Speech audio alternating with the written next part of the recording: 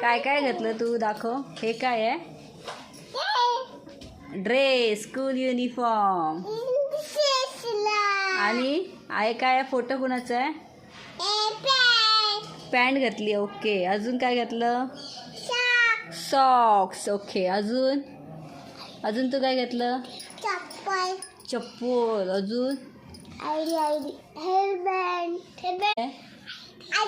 ID. दाखव तुझ्या ID. तुझं नाव काय आहे? तुझं नाव काय?